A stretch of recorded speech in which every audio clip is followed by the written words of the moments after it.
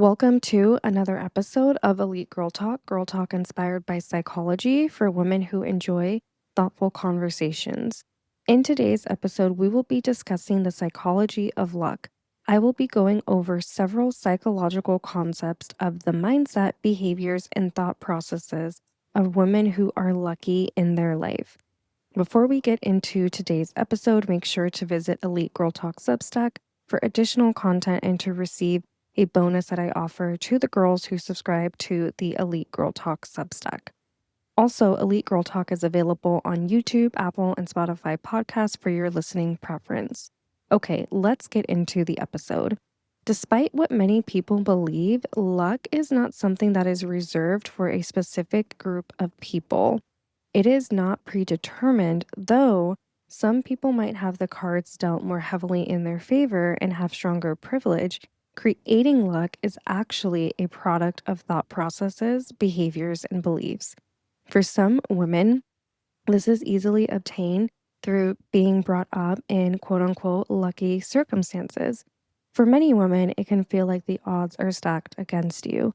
Luckily, no pun intended, we can actually take the same mindset from women who are lucky or who have grown up lucky and create our own luck instead of being at the mercy of unfavorable circumstances.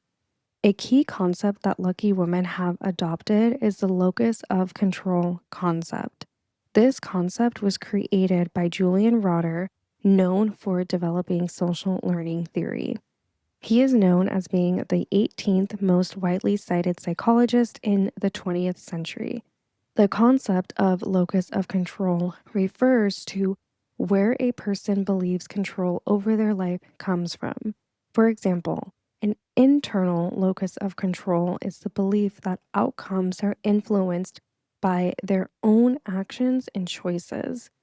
An external locus of control is the belief that outcomes are predetermined by outside influences like fate or other people. When you adopt the belief that you have an internal locus of control and that your own behaviors and choices create outcomes in your life, you are more likely to act and go for what you want, rather than sit around and wait for the quote unquote right moment.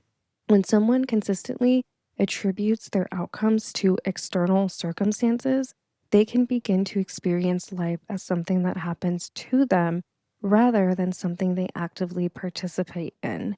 Keep in mind, this is not a black and white concept like many psychological concepts. There are certainly things out of our control and very unfortunate circumstances can happen. However, for the women who have access to adequate resources and information, it is absolutely possible to create your own luck with this belief. For example, you can create your own luck by following up on opportunities instead of just waiting. Like if you email a brand, if you're a social media influencer, or after a job interview, instead of believing, oh, fate will just work itself out, you believe that you are the active participant in your life and you create your own opportunities. While it's healthy to have some sense of faith that things will work out, it can be detrimental to have faith without any action or plan. Another example of how internal locus of control shows up in life is seeing setbacks as feedback. Again, instead of developing a victim mindset by staying in the identity of life happening to you rather than for you, you can see setback as an opportunity for information that is ultimately a stepping stone to your next opportunity and goal. Hovering too much in self doubt or feeling like life is unfair for too long after a setback begins to create this belief that you are not in control of your life and therefore leads to being passive and not taking action. Lucky women understand that their choices matter and hold weight. They understand the responsibility in their choices and actions and don't passively wait for things to happen to them. They place themselves in positions where positive outcomes are more likely instead of relying solely on hope and faith. For example, Women who are lucky in love make active decisions that bring positive experiences in their love life. They leave when it's time to leave. They don't tolerate disrespect and they ask for what they need and have standards on who they will date and the type of experiences that they want when they are dating. They don't just hope that things will work out, they create the environment so experiences happen in their favor. Another psychological concept is the self fulfilling prophecy created by Robert K. Merton. Robert K. Merton was a sociologist who was considered a founding father of modern sociology and a major contributor to the subfield criminology. A self fulfilling prophecy is the concept that explains when a certain belief influences behavior that leads to that belief coming true. Three things happen within a self fulfilling prophecy. One, you expect a certain outcome. Two, your behavior unconsciously aligns with that expectation. And three, the outcome reinforces your core belief. For example, if you believe that all men cheat, this can lead to behavior that accepts men who cheat because you don't see a man's behavior being any other way. Therefore, you are more likely to stay in a relationship where you are cheated on because this affirms your core belief that all men cheat. Women who are lucky tend to have a self fulfilling prophecy that works for them. They approach situations with openness, not fixed expectations. They take social and emotional risk because, again, their expectations are not rooted in a fixed outcome. And the key point that women use self fulfilling prophecy to work for them is having positive core beliefs where they assume good things will happen to them and that things will ultimately work out for them. For example, women who believe men should treat them with respect, invest in them, and take them out on dates, court them, and prioritize them automatically assume that will happen to them.